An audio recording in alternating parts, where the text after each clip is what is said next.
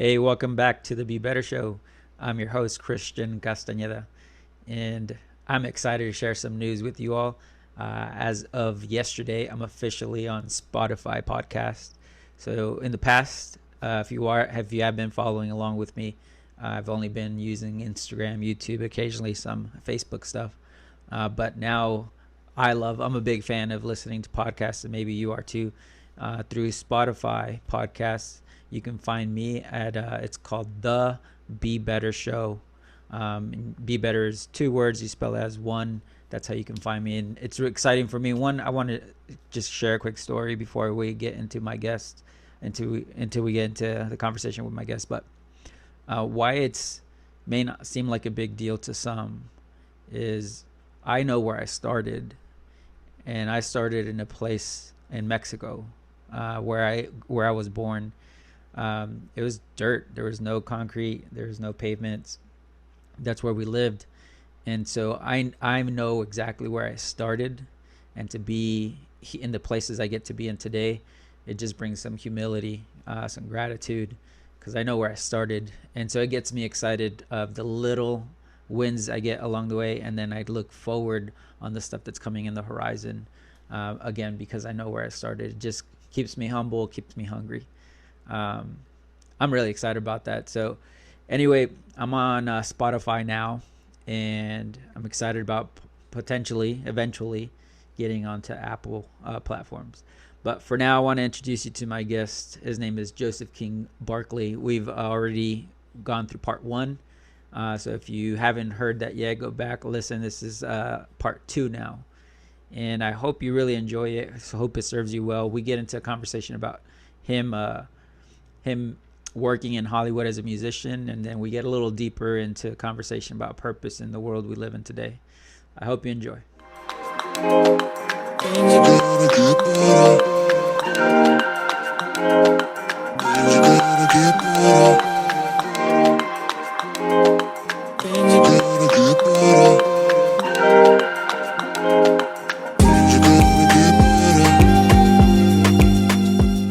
Anything else you want to share with about you? Well, one of the things that could help um, your listeners or viewers that I come back to a lot, people ask me about a lot, is how they find a sense of purpose Mm. in life. So I want to be better, be a better what? Be a better man, a better husband, a better leader, a better wife, a better friend. You Here, know, let what? me tee this up for you, because what you're saying. Oh, Because go I for it. am curious. Every guest I interview, they have a different version of their head. What's be better? So I'm Yeah, curious. What's that for you? What's be better for you? that's a great question. Well, in addition to the integrity piece that we already talked about, for me, I want to spend more and more and more of my life in my unique purpose, spending my energy in the thing that I'm uniquely put on the planet to do, rather than be involved in the beautiful distractions that really are somebody else's purpose. And maybe I'm jealous of that sometimes, or maybe I saw myself in that or was inspired by that. But I don't want to be fooled into thinking that's my story. Mm. I believe God's put every single person on the planet for a reason. And as you mature, you become a bit more confident and clear and focused as to what that purpose really looks like, um, lived out in your life. So I can tell you kind of how I discern it. Does that help? Yeah, please. Yeah. So, and I would imagine a lot of your listeners would be searching for a sense of purpose, and that's why they're jumping onto a podcast like this. Because the cool thing about this podcast is if you're listening to it, then you're somebody who is not satisfied with life just staying the same for the rest of your life. You want to be better. So you're probably always wondering, like, am I doing what I'm supposed to do in the world? And I think that everybody can find that sense of purpose, but the reason most people don't is because purpose has a catch. Mm. And I don't think a lot of people knew about the catch before they started looking for their purpose. And and the catch is really quite simple. Somebody who really understands their purpose realizes that they are a means, not an end. You are a means to an end. You are not the end. Say it So again one more time. the catch is Your purpose is found in you serve a means towards another end. So I'll tell you where it gets screwed up, where I've screwed up Please. is, it's looking at your talent, your skill, your passion, what breaks your heart is a pretty great place to start to figure out what your purpose is. But most people will say, okay, well, how will this serve me? How will I get a job doing this? How could I feel, how is this rewarding for me to do that? That's not bad stuff. That's okay. I think that's part of the process, but that's still not your purpose. Your purpose is, okay, given my talents and my passions and what breaks my heart and the opportunities that I have around me, how could I provide? Here's the big question: how could I provide the most benefit to the world? So that could be most benefit to your family, it could be the most benefit to your church community, it could be to your neighborhood, it could be to your culture, whatever that is. How could I provide the most benefit to the people around me? And once you start asking that question, then you're going to start getting closer and closer and closer to a very clear sense of purpose in the world. You are not an ends, so you are not the goal. You are a means. You are an instrument of something that's meant to benefit the world. I believe that God has already wired you with a purpose to love, to show compassion, to benefit the world around you. And so the more you ask that question, who am I here for? And how can I benefit the world? What value can I bring uniquely? Then you're going to start zeroing in on that purpose. So that's what's really helped me in the past. Do you think that there's a longer trail to find it if you keep using yourself as the goal? Uh, well, I would say that some people never find it if they use their self as the goal. I think a lot of people, and which is why sociologically you see so much clinical depression, even, I hate to say this, suicide rates, divorce, despair among people who have achieved a lot. Uh, I mean, there is just nothing lonelier than getting everything that you hoped and dreamed for and finding out that it's still not enough. Yeah. That's a rough feeling. I So think if some people think they're it, right, then they may never actually land on the real benefit that they could be in the world, which is where all that joy comes from. Like, wow, are you kidding me? Did I really do that for your life? Wow, did I really change your mind about this? Did I really lift you up when you were getting pushed down? Like, wow, there's just nothing like that. I'm always curious. I don't know if curious is the right word. I'm always envious Optimistic. is better. Oh, Very envious. envious of people that have found purpose. Is actually one of the reasons why I stopped letting fear let me pause me from doing this show. Good. But I would see my wife, who her purpose from a little girl, she knew she was supposed to be an actress, Right. and for when we were dating, and she out of the blue would say, "I want to be an actress." I had never heard you say that before. This is new information. But for about, I would say about 4 years, she kept saying it and saying it and saying it. And then in '08, when the recession hit, she got let go of, but she was getting paid unemployment. And I Uh-huh. said, well, you don't have an excuse anymore. You're getting paid. You're still getting paid. Now you can actually pursue it. But That's I so think the good. part where people don't, including myself, didn't realize the purpose aspect is my wife chasing her purpose opened the door for other people to Mm-hmm. pursue their purpose. Mm-hmm. Um, this was maybe 10 years after that. We were visiting some friends. They own a restaurant, and they're younger. They have twin, a boy and a girl, and they're about to graduate high school. And the girl, she is kind of fashionista, always like Oh up on yeah. the trend. And then we went to go visit. We went to go congratulate them, and out of the blue, we find out that she got accepted into, um, like it's like a NASA school in Arizona. And like, where Wow. did that come from? And she said, "Your Letty, my wife, inspired me to do something I'm passionate, and this is my purpose." And it Mm. just brought goosebumps. Everybody's kind of like, my wife would have never imagined those 4 years of repetitively in the recession getting let go, that it would open up the doors for other girls or people around us in our radius, our circle of friends and family, to say, I want to do what she's doing. I see the joy that she has. I want to pursue that as well. That Mm. was just fascinating, man. Like, I didn't know purpose. Chasing your purpose opens the door for other people to have permission to chase theirs. Ah, that's so good. And it's Well, and crazy I because, would say that it sounds like you're as talented, clearly, as your wife is. You know, the more she becomes aware that her life is being used to do that for other people, the more she'll instinctively encourage it in other people. She'll right. more, so it's her example is huge, like the example that she sets, but she might also meet somebody on set. Oh, it happens And all the time now. right, All so the well, time. of course, because she's smart. And She that's wins every that's single the purpose argument. I piece. just don't tell her. That's good. I because I think your purpose includes your job, but I think your purpose is what you bring onto any job. Right. Your purpose isn't the job. The job is rad. Please pursue the job and pursue a career and do what you want to do. But the purpose is that thing you bring into whatever you do. And and so it seems like she is someone who raises up other people to live heroically and courageously. And that's pretty awesome. I would add, if you're trying to find your purpose, what you're passionate about and what your purpose is in, I put my resume together. I didn't have to growing up. I grew up in the trades and construction and flooring. Yeah. And it was just like someone would refer me and I'd get the job and so on and so on. And one opportunity opened up where they said, "Hey, we need your resume. We need you to send us." And I'd never done one before.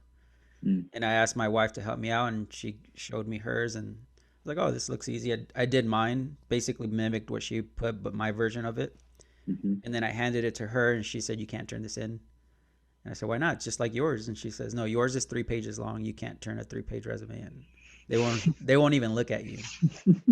So then I had to minimize, but that opened up something in me where I started valuing me and started seeing what I've been into most of my life. Wow. Huh. But then I did that on the inside, not just on a job, a career. I said, what have I, this is how Be Better started. What have I always been into? Always. From day one, since I can remember as a kid, it's Yeah. always been about helping people. Yeah. And that's my purpose. I find I could do that. I do that now in my job. I have one job. They could buy flooring from anybody. I'm a salesman. I sell floor all the time. But my one job is, how do I help their business grow? Oh, How do that's I help their huge. business be better? And if it means not buying my stuff, but I'm helping their business grow, they will value my relationship and say, one time Yep. this actually happened not too long ago. They said, "Hey, you showed up on a Friday when nobody else shows up. What can I buy from you?"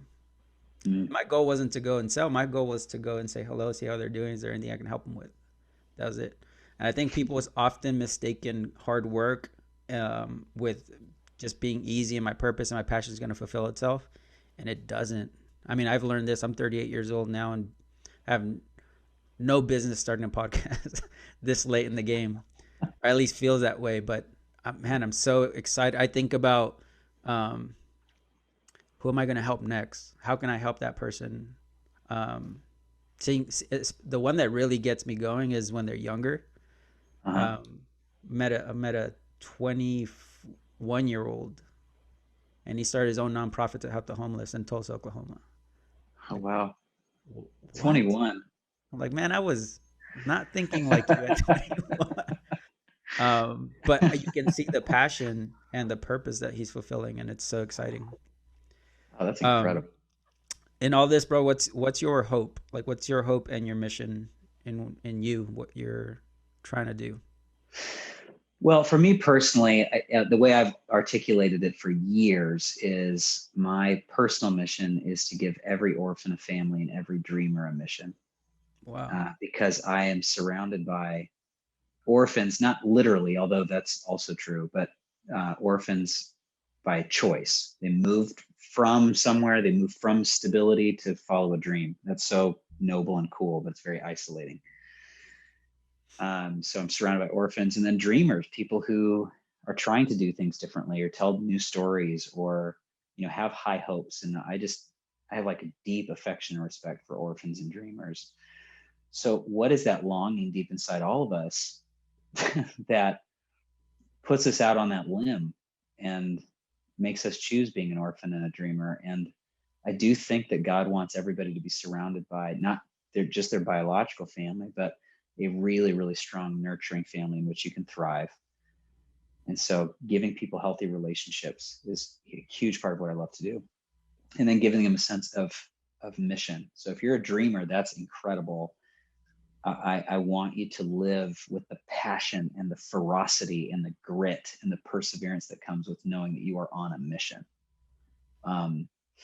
So in the way that I teach, in the way that I even like jumping on this podcast, I was so excited about it because I'm like, oh, I wonder if I have a chance to maybe help somebody else think about these things. You know, in any leadership development I do, it's all about giving the orphan a family and the dreamer a mission. So that's my personal mission. To be a hope-timist, you know, as and I'm not stealing it from you. I'll quote you every time that I use that word, but I love it. You know, I want to look at, okay, what I don't want to just be delusionally optimistic where I'm just sort of making up a fairy tale about, oh, the future's going to be bright. And no, I want to look at like, what am I doing that will produce really exciting results? And so my hope as we come out of the COVID year and we're seeing the possibilities with our current technology and the hunger for people to be in relationship with each other is for my work to extend beyond just the Los Angeles artistic community, but to people all over the world who have that same longing, who feel like orphans and dreamers wherever they live. I want to give, and I think it's never been easier to do this. I want to give them what it takes to be a family. I can't give them a family remotely, but give them a how to find a family and how to discover a mission. So yeah, it's going global. There's something I found during right in the thick of the pandemic where people were in the arts, knowing my wife's friends, they were leaving LA because they couldn't afford it, Yeah.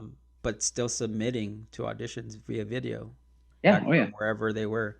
And I think a lot of people get stuck on the pandemic hurting and the bad aspect, and it is a lot of bad happened. But I think if we don't take lessons from it, what did it open? What opportunities? What I can talk to someone. I have an interview with someone in Greece. I would What? never Look thought at that, about dude. it. It showed me that it's so accessible. So I just don't want to dwell on the negative aspect of, yeah, it sucked, it hurt. How can I find value in what it brought? And it's opening up crazy doors that I never even thought of. Yeah. Yeah, That's because you're a optimist. I'm a optimist. You're a optimist, man. You don't look at a crisis and think like, this is it, we're done. You're looking at it through the lens of like, huh, I wonder what new thing is being formed out of this. But that's me at 38. I also Yeah.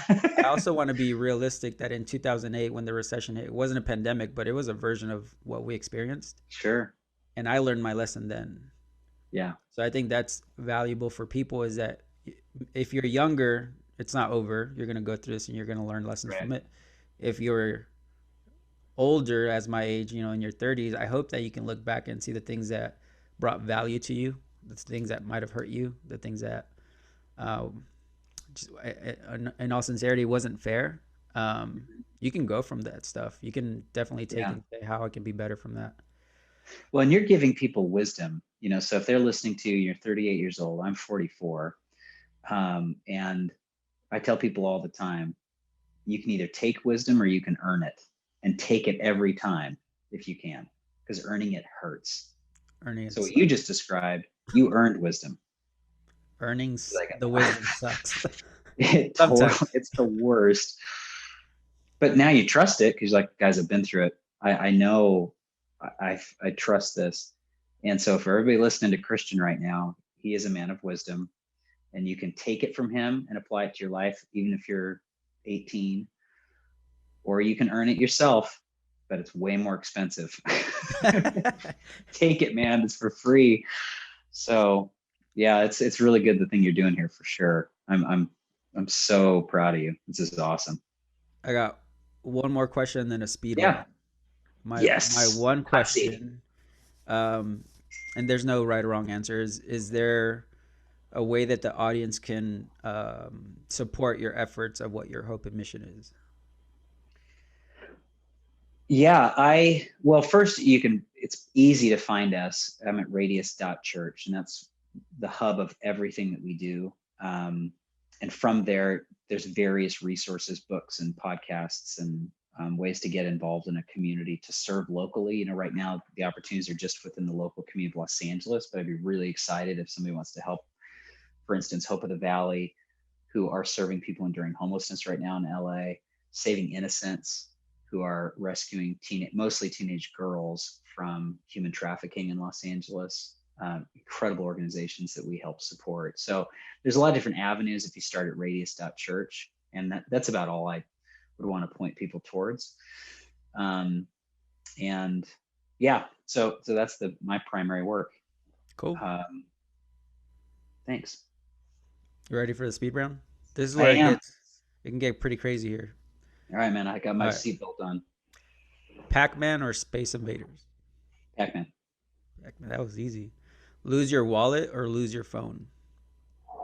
Phone. Attend a party hosted by Tony Stark or Bruce Wayne?